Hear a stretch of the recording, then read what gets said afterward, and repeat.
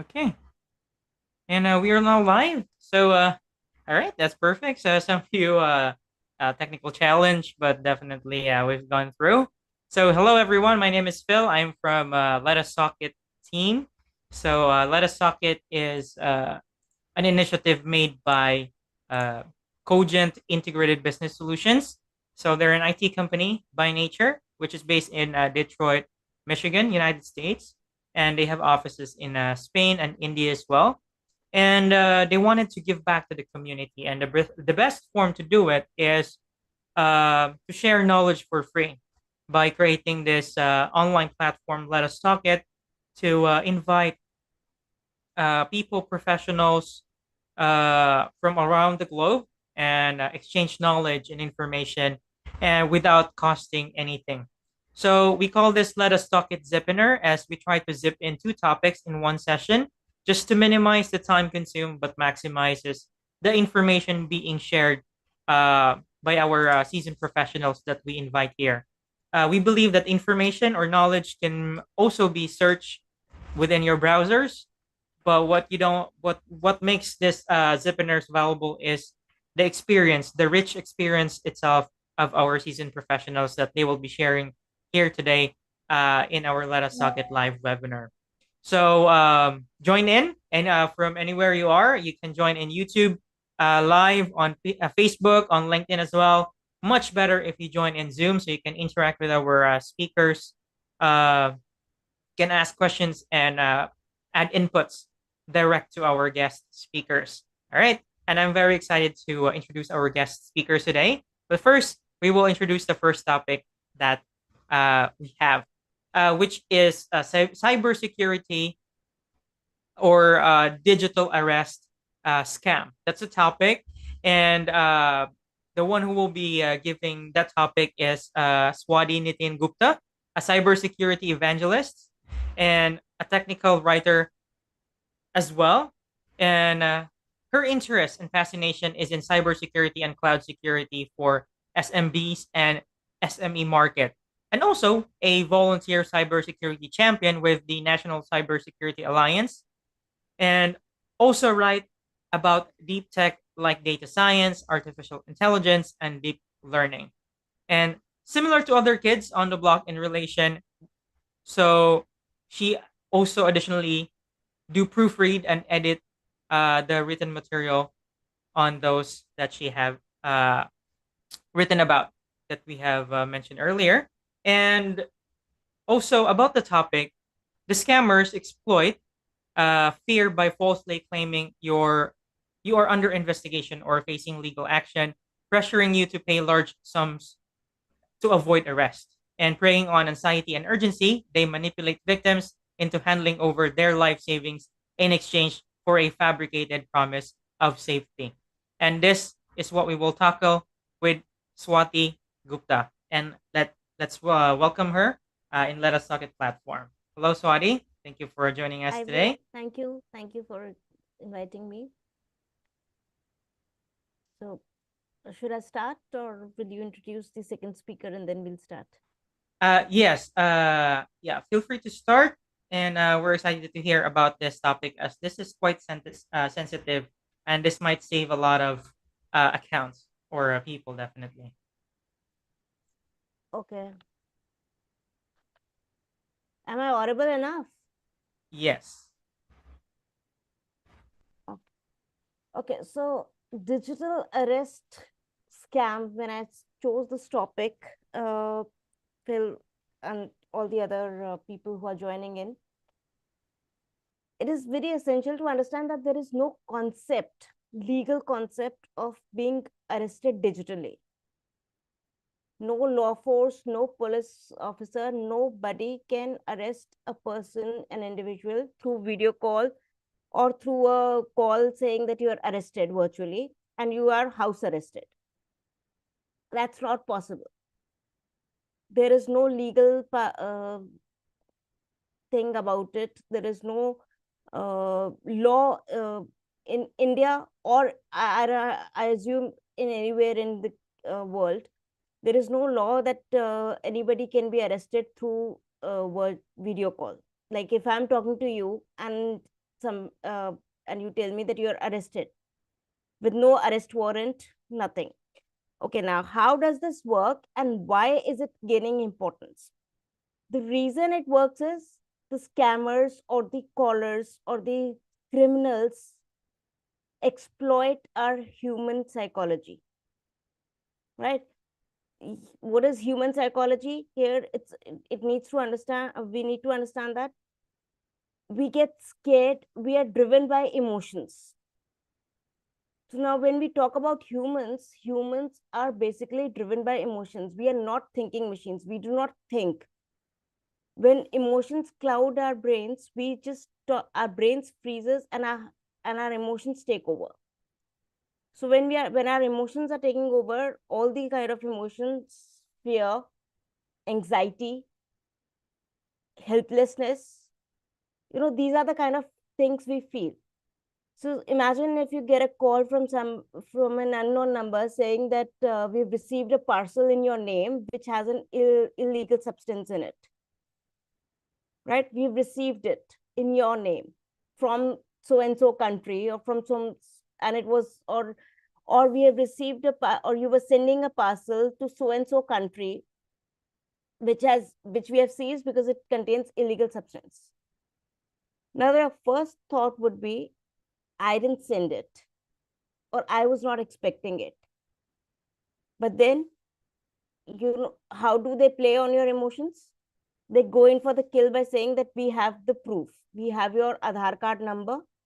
We have that is the personal identification number. It could be anything. It could be society, your civil security number in different countries. In India, it is Aadhaar card number.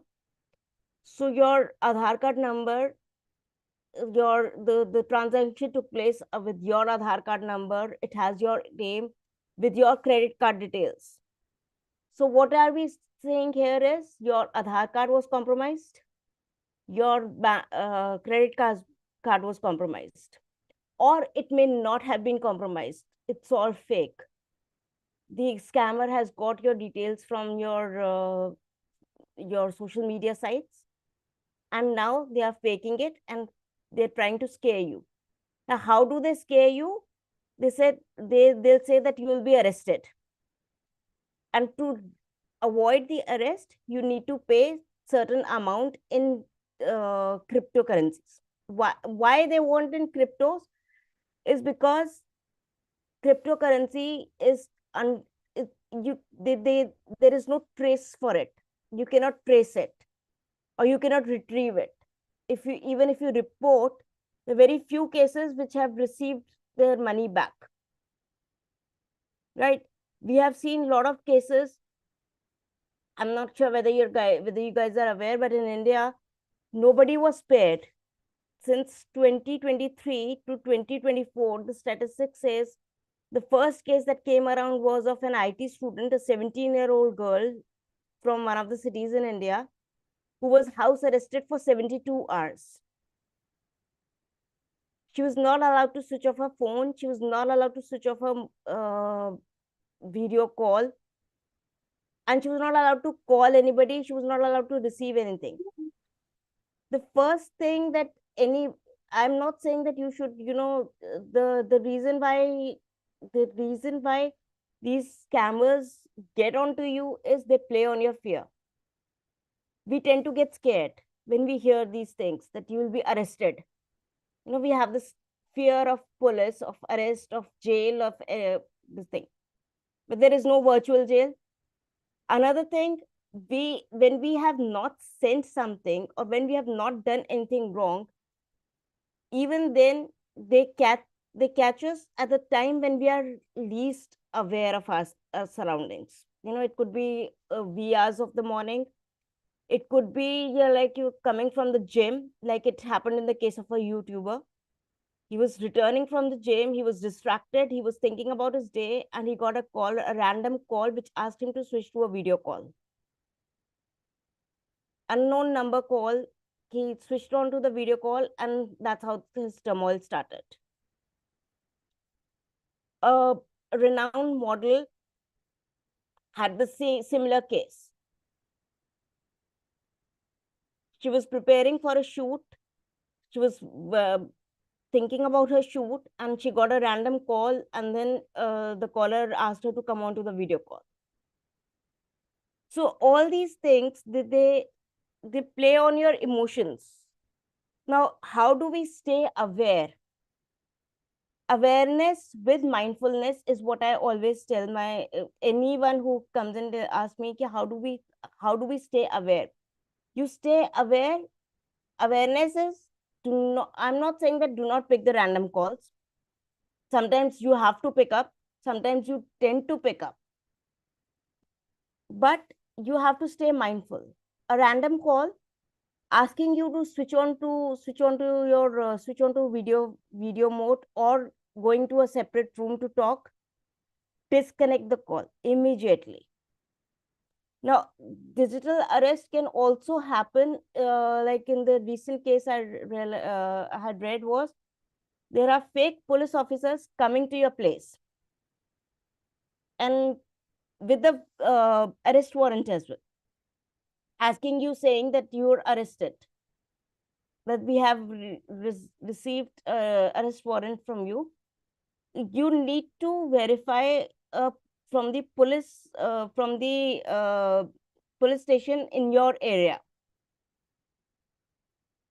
So the thing that happened was that it came to the light was that this person, there was a gang of 5 people operating. This guy would dress up as police officer. He would visit a wealthy person, a similar wealthy person staying alone, and he will then make a call from when he reached the target residence. He would make a call. He or she would make a call, and then call the other persons involved. Like they could be, those coastal guard officers, saying that your shipment has been seized, or a courier officer, or those other police officers, or higher command officers. All of them is a fake thing. They work in a in an environment where everything works smoothly. Like ask you to share, they'll share a number with you. If you want to avoid the arrest, call on this number. Do not call on that number, is what I'd say. The another thing that, it is very important to keep in mind is, when we talk about cyber criminals, I recently read that cyber criminals are master in human psychology. They know how to manipulate us. They know when to go in for the kill and when to pull back. So when they do that, that is when we fall into their trap. A call in early in the morning saying that your imagine a mother getting a call that your son is arrested. Charges, heinous crimes. I can't even name. You know, it, for a mother to get a early morning call saying that your son has been arrested and you need to pay this amount in, and the amount is also in dollars. You need to pay these many amounts in dollars to avoid the arrest. There's a lot of things at play here. Voice cloning is another tool that these guys use. So they'll clone the voice of your son or your relative or whosoever they are saying that has been arrested, and they'll play it on for you to create a scenario where you start trusting them that what they're saying is true. If your child, if your relative, if the said person is not living with you, please call and ask. Make a separate call. Do not call on the number they have shared. Chances are that your relative or that person is safe in their homes and you are being duped. In my case, in similar case, my mother-in-law got a call from the police officer saying that your nephew has been arrested. And my mother-in-law was like, this nephew, I have not been in touch with for at least 5-10 years. Why is he calling me suddenly? He's calling and he's saying, Aunt, I'm arrested here and I need some 25,000 rupees to avoid the arrest. And she's like, what happened? What was the case? Why have you been arrested? What's the reason? And he said that they are saying that I have raped someone, and that is the case that they are fabricating against me. And my mother-in-law got so scared, she didn't know what to do, but she said that I don't have that much money to pay. So, and she disconnected the call, but she was scared. There are people who might readily agree to pay. And another thing that these uh, people, scammers, whosoever you call, criminals, fraudsters, name them, whatever you call them, they have a similar modus operandi. They'll call you from a random number. The number is not traceable, mind you. If you try to call them back on the same number, it'll come to a dead end, right? They'll call you on a similar number at the wee hours, either in the late night. The calls will be either in the late night, somewhere around after midnight, 11:30, 12 p.m. for India, and depending on the location that you guys are in. Then if you happen to pick that call, they'll ask you to come on to a video call. The biggest red flag. If they're calling on one number, why are they asking you to switch off this call and ask you to come on a WhatsApp or a video call? First flag. Second, they tell you that they have seized a parcel, or they have arrested someone, or they are about to arrest you for some illegal actions that you've done, that have been taken uh, uh, by your credit card, illegal transactions that have happened from your credit card. Those financial frauds that we always hear about. That is the second red flag. Third red flag is that if you try to ask them, if you try to tell them that where is the arrest warrant, if you ask them where is the arrest warrant, I'm not scared or anything, they themselves disconnect. If they're persistent, they'll call you from different number. Most of the time, they are very persistent. But if you answer them back, it's like, silence strengthens them. But if you speak up, they back up. You remember when we used to say that if somebody's bullying you in the school or in the college or wherever, you speak up. You start shouting, you start saying something loud and weird to them, and they'll back off because they don't want the attention. Similarly, with digital arrest scammers, if you ask them where is the arrest warrant, you come at my place and get the arrest warrant. I'm ready to go to the jail. They'll back off. They'll disconnect, and they'll never call you, because they know that you are not the kind of person to be easily bamboozled into giving your money. But there are people who have lost crores and crores of money to these scams. And the message is to them that awareness is important, but with awareness, be mindful. I'm not saying that do not pick up a random call, because sometimes you have to.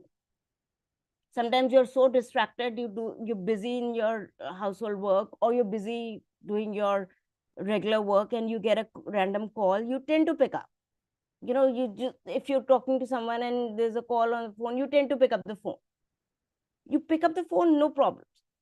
But if you get any of these red flags, if you feel that the call is a red flag, that there is something amiss in the call, Trust your gut feelings, they're never wrong. Disconnect immediately. They'll be persistent, they'll keep calling you. In those cases, disconnect and block. It has happened with me 2 days back. I had gone to sleep, and around 11:30 or so, suddenly I started getting calls. I declined. They kept calling. Thrice or four times it so happened. Then I blocked. For 15-20 minutes, there was nothing. After 20 minutes, again, somebody called. The uh, before number, the last four digits of the numbers were changed. The service provider, that means this was the same. The SIM was changed to call. This time I didn't do anything. I didn't pick up. Twice they called. It just went off then. Nothing happened. But if I had picked up that call, I don't know what would have happened. It might have been like, you switch on to the video call, we have received this thing. Because it was around 12 a.m., sorry. I was deep in my deep sleep, groggy with sleep. My senses were not working fine.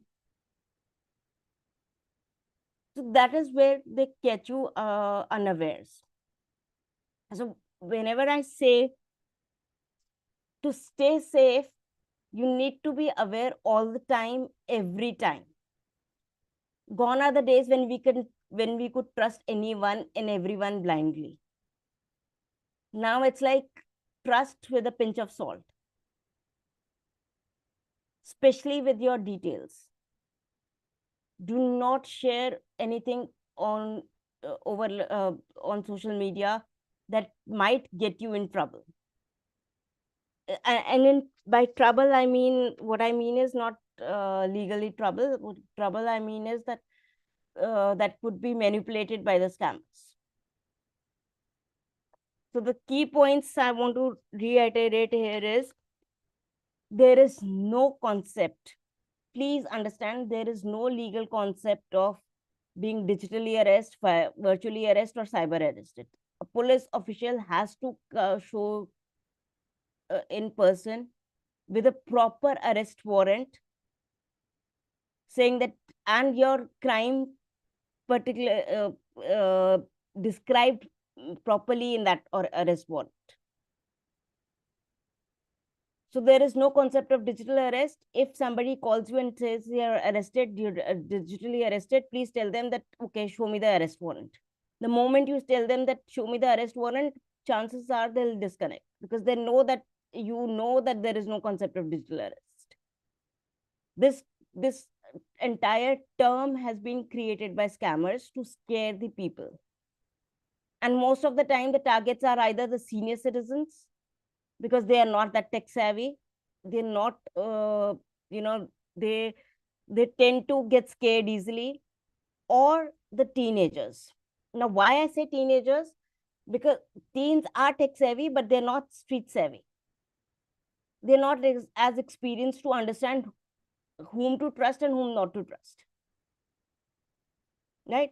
And since teens are very much active on online gaming platforms and all, the details are also easily available. I have a 16-year-old son. The first thing I tell him is that I have no issues you playing games online, but please do not reveal your real identity, your real address. He's like, I use a fake identity and I don't give my address. I don't need to. I'm like, if you understand this, it's good for you. But most of the time, the kids do not understand this. And most of the time, kids do not listen to us also. Right?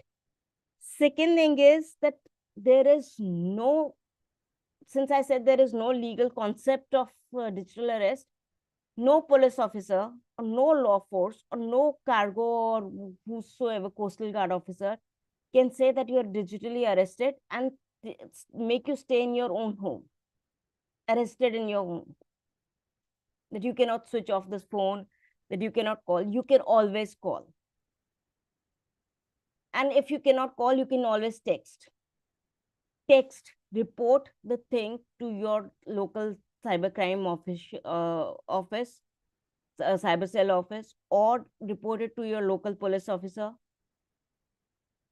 so that they can help you before you start losing money. Because most of the time, 90% of the time, the lost money is lost. It doesn't come back. And forget about the financial cost, the trauma that it causes you and your family. It is not worth it. For 48 hours or for 72 hours, if somebody is arrested in their own room, you cannot go out, you cannot do this, you cannot do that. Who are you to tell me what can I do and what I can't do? In my own home, I'm not, there is no such thing as being house arrested. Secondly, the, the reason when we say, when we hear the term arrest, we start panicking. There is a fear in us. Arrest. Oh my God, what did I do? What did I do? Where did I go wrong? Did I cross the line? Did I do something that I shouldn't have done? Illegal, something that I shouldn't have done? In those cases, that your panic is their fuel. Do not feed them. Even if you were scared, do not let it show on your face or on your or in your voice. Act confident. Pretend that you're confident, because you know that you've not done anything wrong. You stay with that conviction, you answer them back, and that's how you will be able to deal with these digital scammers. As I said, disconnect the call. If they call again, block the number. They'll call you from other number, just block. In case if you are brave enough, pick up the call and spew some swear words, they will never call you again. Trust me on that. Use all the swear words that you've been taught not to use. Sometimes in some different language also would work. Seriously, I have tried that and it has worked. It really works. Because they thrive on a person who's weak in mind. If you show them that you're strong in mind, they will not be able to get through you. Right?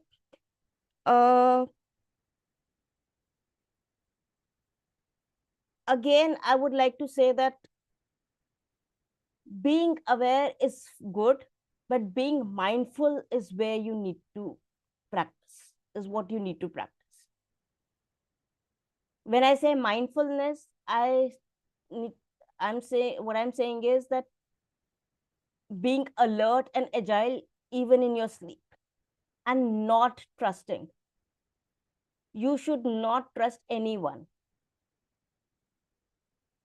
I'm like, I don't know if it is something that most of you won't agree with me, because if you don't trust, how we will build relationships? Trust is earned always. If somebody earns your trust, trust them. But again, do not trust anyone blindly, especially if you meet someone online. Especially if a stranger calls you and tells you that, okay, I am this person, we met online and I would like to take this relationship further, or whatever. The main thing is trusting with a pinch of salt. Gone are the days when we could trust a stranger saying that I need your phone to make a call. You just do not trust anyone anymore. Another thing, how these scammers work is, they'll ask you for some money, and they'll tell you that, okay, you'll receive an OTP. Can you share that OTP with us so that we can send you the money? You do not need an OTP to send the money. OTP is always, one-time password is always to receive the money. right? It is not for the for scammers to, it's a trick to know your OTP, your bank, because they have your bank details. They have your legal bank details. If they receive if they tell you to say, share the OTP, they're asking you to share the OTP because they want to retrieve the money from your bank.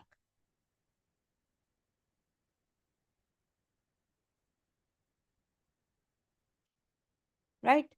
So the three top takeaways from what digital arrest scams are: do not panic.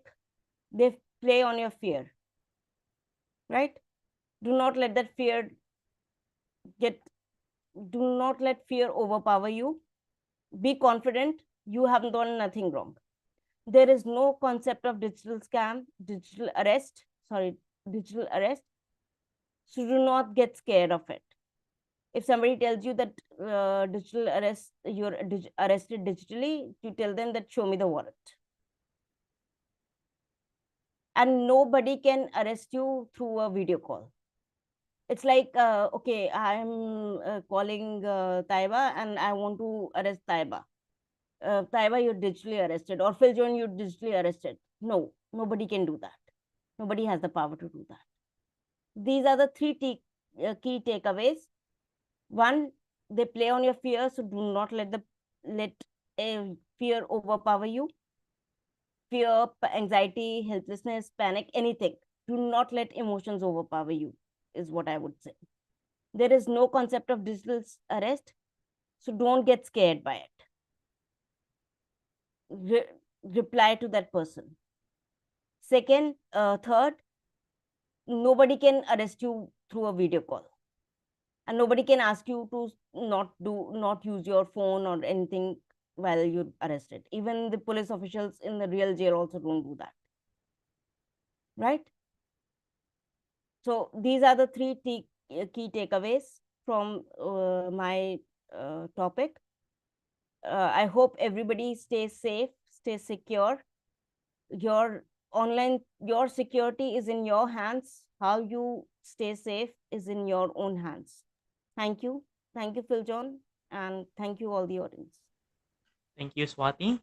So, thank you so much for the great topic. And for those who are watching, if you're overthinking right now, try to track your transactions for the past few days. Something, if there was something sketchy, but definitely, as what Swati mentioned, be mindful. So, have the courage to apply your knowledge on your gut feeling if it's something wrong, or it's causing you, or it's making you feel bad, like it's sketchy. So yeah, I've had similar experiences through text messages that I've won something like this. So many scams. Yeah, like my account is compromised. One thing was that was very sensitive is that they mentioned that I have a traffic violation, that I need to hand over my license information and all that. But as I've tracked back, I never had a traffic violation. I'm yeah, I made safe driving. So yeah, something like that. So you need to be aware and mindful of what you did, so they cannot use it against you. That's my take on the topic as well. So we are welcoming questions. Traffic traffic scams are quite common, Phil, even in India and Canada. Like I've spoken to native Canadians, and they also say that traffic scams are quite common. Yeah, well, definitely is. And someone raising hand, Mariam. Okay. Can you hear me, please?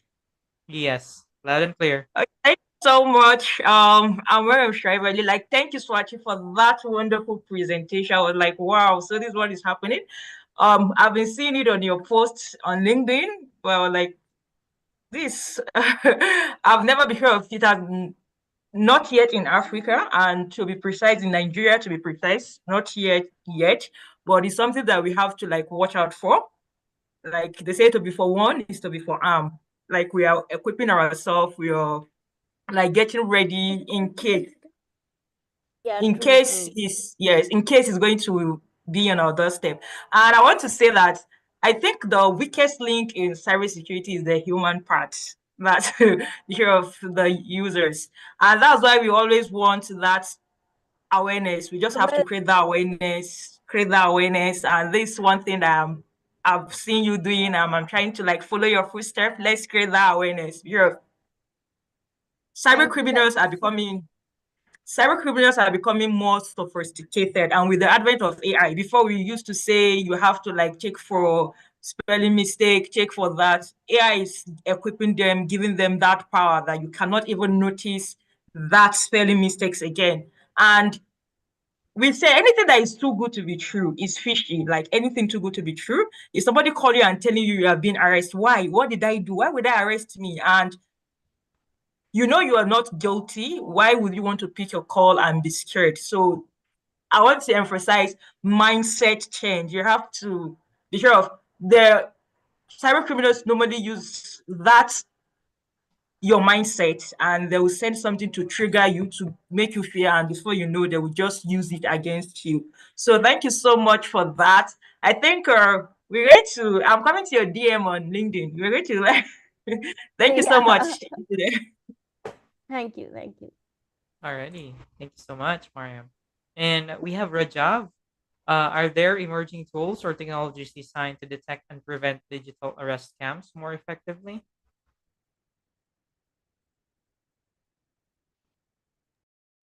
uh there are no emerging tools or technologies that can detect digital arrest scams. It is just because they're not targeting any technology here.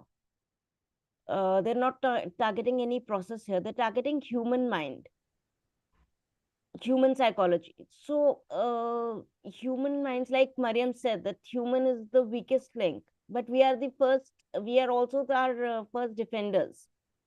So it's how we behave in that particular situation is how we can identify a digital arrest scam and mitigate it or stop it in the bud. Because scammers with digital arrest scams are not targeting technologies. When we are targeting technologies and processes, there are technologies that we can deploy to identify them.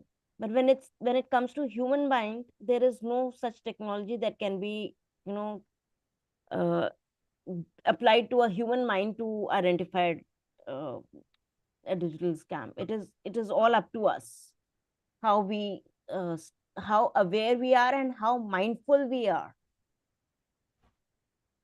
That is the reason why I wanted to speak about this, because currently this digital arrest scam is only in India. But I was talking to my Western counterparts, and they said that if it is in India right now, it might come to the Western countries as well.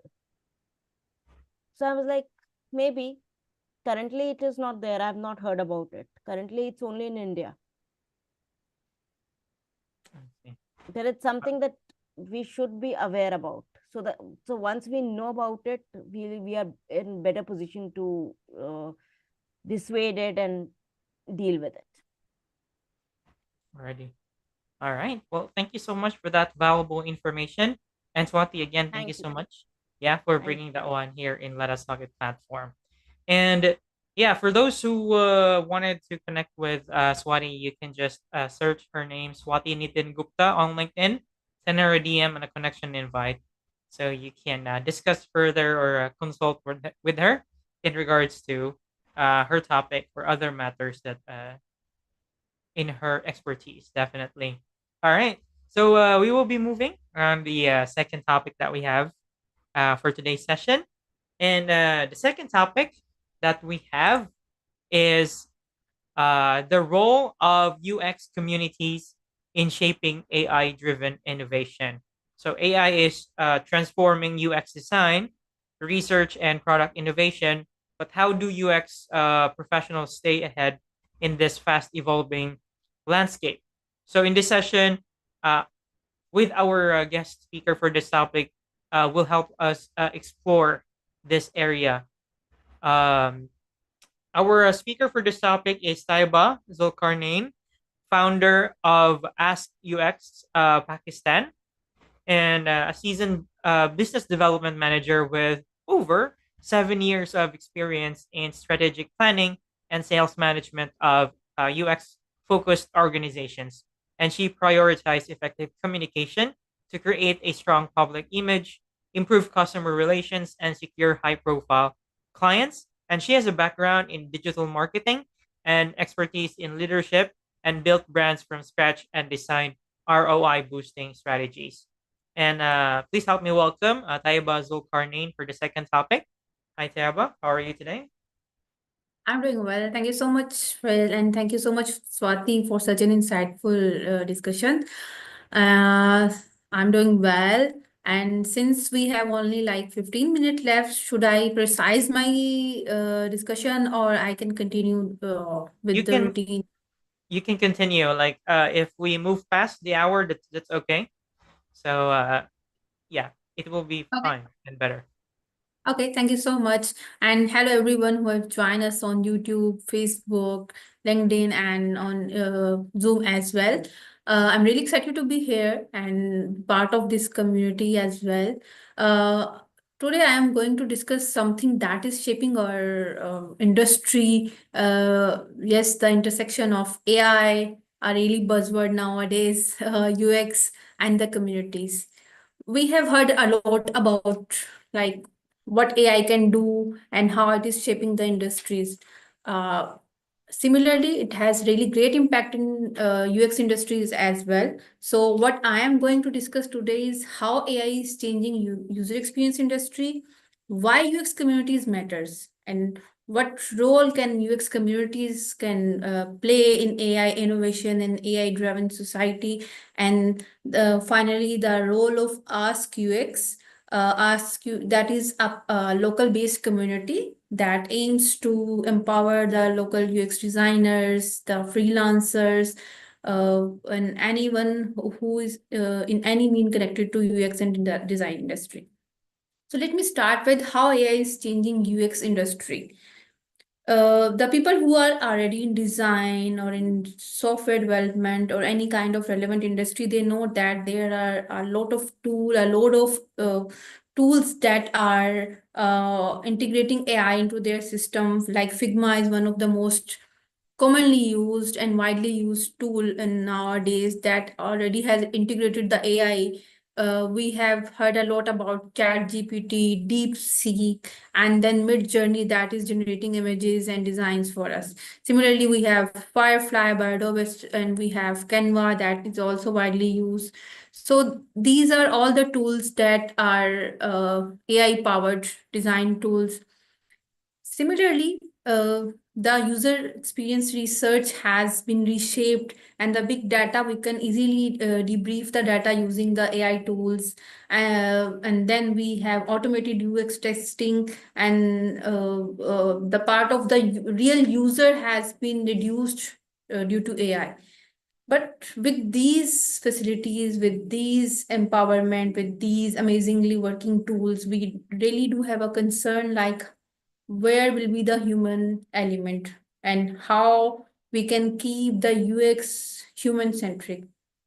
This is, I believe, where the UX communities are going to play their role, because UX communities and being part of UX communities not just like for networking and getting PR and jobs, but it's also about shaping the future for AI driven UX. So why UX communities matter in AI era? It matters because it bridges the gap between AI developers, designers, and everyone who is involved in the product life cycle. It promotes ethical AI. It ensures AI unbiased and user friendly, and it keep focus that we don't miss the human factor when we are working in UX industry.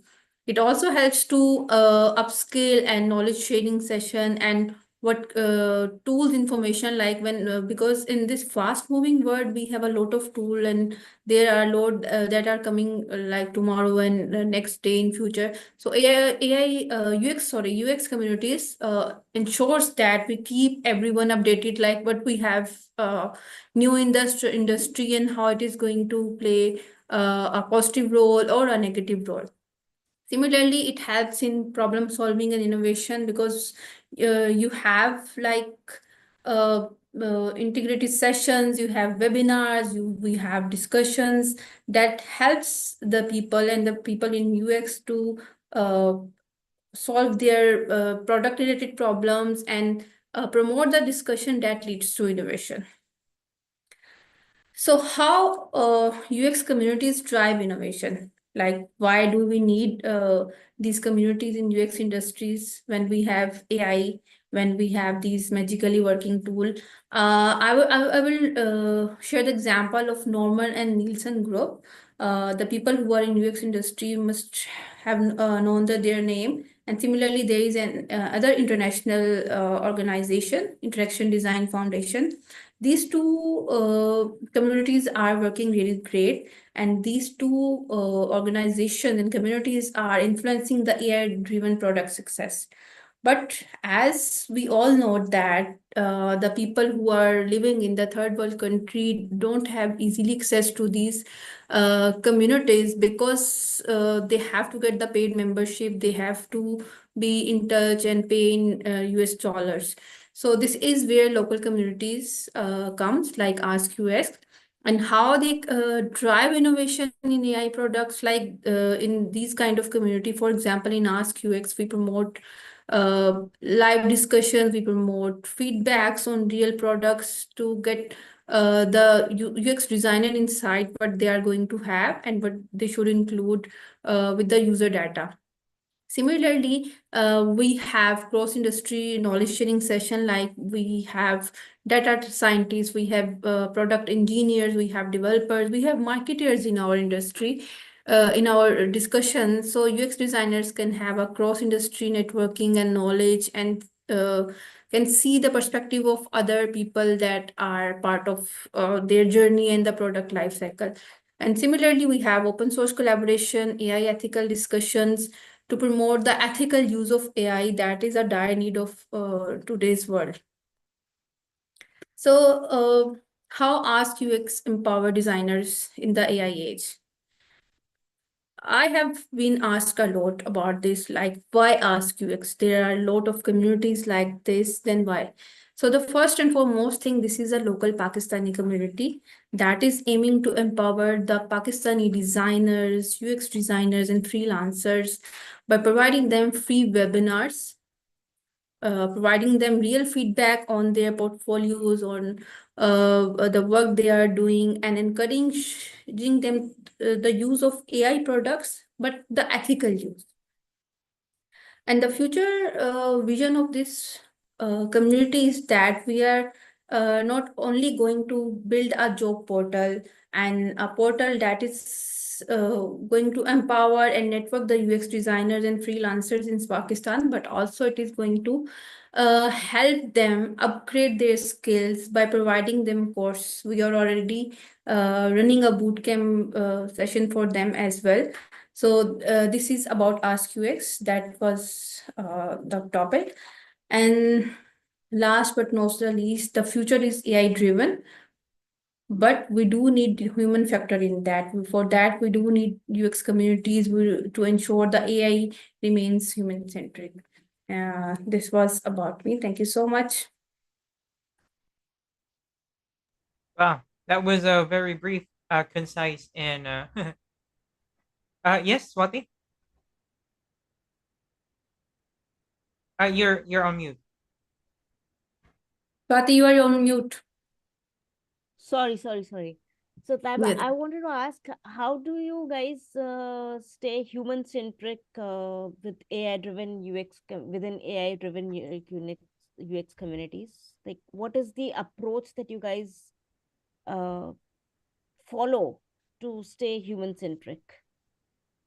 Yeah, since UX is all about humans, the real users, it cannot miss the human factor in that. In this AI era, we promote like real-time meetups, real-time sessions, seminars, courses, and we will ensure that we sit together in person to discuss the problems like UX designers are having in Pakistan, and then how we can promote the use of AI, but ethically. So the human factor is there. We promote meetups, we promote live sessions, we promote webinars as well to get in touch and never miss the human factor in that. Okay. Thank you. Thank you, Taiba. Yeah, and one more thing that we do promote use of AI, but the main use that we suggest is that the AI should be to fasten the workflow, not to replace the human. This is actually Yeah, the tagline that promote. that is Yeah, yeah, that should be the idea actually. yeah, that's right.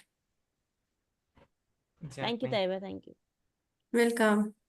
Yes, and explaining that much actually avoids the misconception that AI will take over those parts. So yes, making it more like working on the human centric part really elevates everything.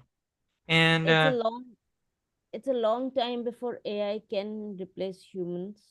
Uh, Human will always be the center thing. At least that's what I feel. Uh, we would need the in humans would be there for the to feed the data and everything to monitor the AI's ethical role in this community. Yeah, that's right. And we need humans to operate this AI. We need humans Exactly. to train this AI. We always will be needing humans. So I don't believe that AI is going to take place of the humans. But if we They stop will upgrading ourselves, if we stop upskilling ourselves, then definitely exactly. there would be a lot of people that are going to be replaced by AI. That is true. That is true. Yeah. That is true. True that. all right, totally agree. All right, what a great topic, Tiaba. Thank you so much for bringing that one in this platform. And we are now open for questions from our attendees. Feel free to ask, or if you have additional inputs or opinions, you are very welcome to share. And yeah, so while I'm checking for questions on the live sections, um, you can promote um, anything you wanted to. Like, is there an upcoming event, online seminars, or a book or a product that you're launching, Daba, from your Yeah, definitely. Everyone who is UX industry, design industry, or in freelancing, I would invite them to join the Ask UX Pakistan. You can simply search on Facebook, on Instagram, on LinkedIn, Ask UX Pakistan. That is mainly driven for Ask Us. So this is specified for the UX designer, graphic designers, freelancers, anywhere, and even digital marketer, business developers as well that are working in the industry. So join us, be part of this community, and we would love to have you.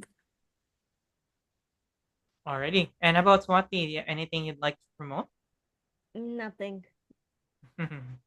All right. So yeah, one last call for any questions, comments, or opinions.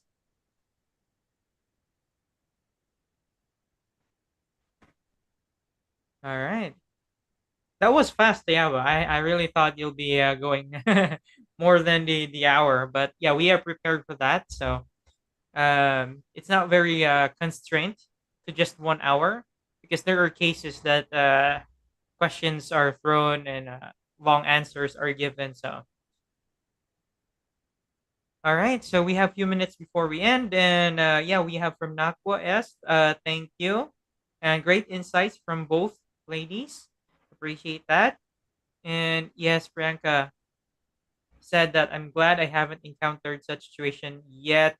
This is for the the online arrest, the digital arrest topic earlier. All right, good thing, Priyanka. Thank you for adding inputs. And for those who have watched on LinkedIn and send their comments, you can. I have tagged there the names of our guest speakers, so you can connect with them. And if you have questions, you can just place it on the comments. It will be visible to them as well, even if it's just past the actual schedule. All right.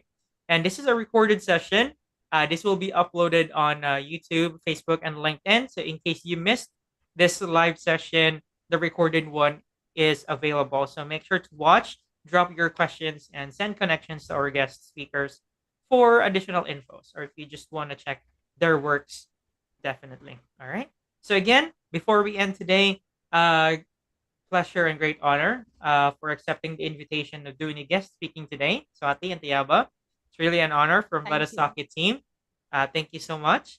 And for those who have attended, thank you so much for your time as well. And we are welcoming and inviting you again next Wednesday, 12 noon to 1 p.m. Eastern Time. Do join us for two new topics and two new speakers that will be bringing value to this initiative of sharing knowledge for free. So bring your colleagues, your friends over. You can join the webinar exactly at no cost. All right. So let's spread knowledge to everyone. And yeah, so we are ending the webinar for today. Take care, everyone. Keep safe as always. And again, thanks from Let Us Talk It team. Goodbye for now. Thank you. Thank you. Thank you, Filter. Swati. Thank you Thank for you, that. Tayaba. Thank you. Bye, Thank you, Taiba. everyone. Thank you, Yes, Filter. Mariam. Thank you so much. Like I was not here, so I was hearing about her presentation on AI, and my question is that is it that AI, are we using AI as a tool or as a replacement for the UX UI design? So that's a question. We are not here.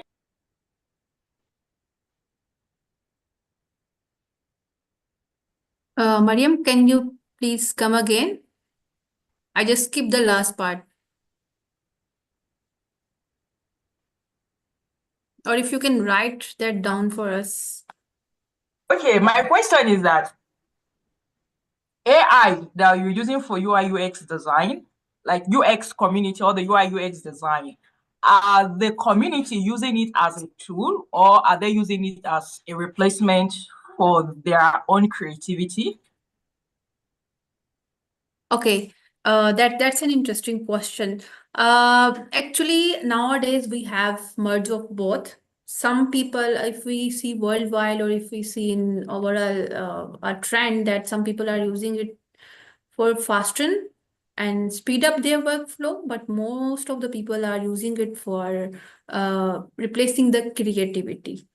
But what we want to promote that and what we always advocate is that AI is and can never be the replacement of human creativity. Uh, Even if you can see that the images that are generated by AI, whatever the tool is, how effective the tool is, we can easily recognize that this is generated by AI, even if there is no label on that. But the creativity of human is still matchless, and this is what we promote and we aim in Ask UX that we promote the human creativity. So what we suggest is that use your creativity as a designer, as a UXer, and then give use it as a prompt or input for that specific tool. So you have your own creativity, and then you have the creativity of that tool. This is, we believe, that is the effective way of using any AI tool. I hope I have answered your question well. Absolutely. Thank you so much for that. Noted. Yeah, All thank right. you. All right. That was just the final blow of the question. Well, thank you, Tiaba, for addressing that one. And again, goodbye for now and see you again next Wednesday. So hope you join in again for those who have joined and for those who will be watching the recorded session. Join us again next Wednesday. We are inviting you 12 noon to 1 p.m. Take care all. Goodbye for now. Goodbye.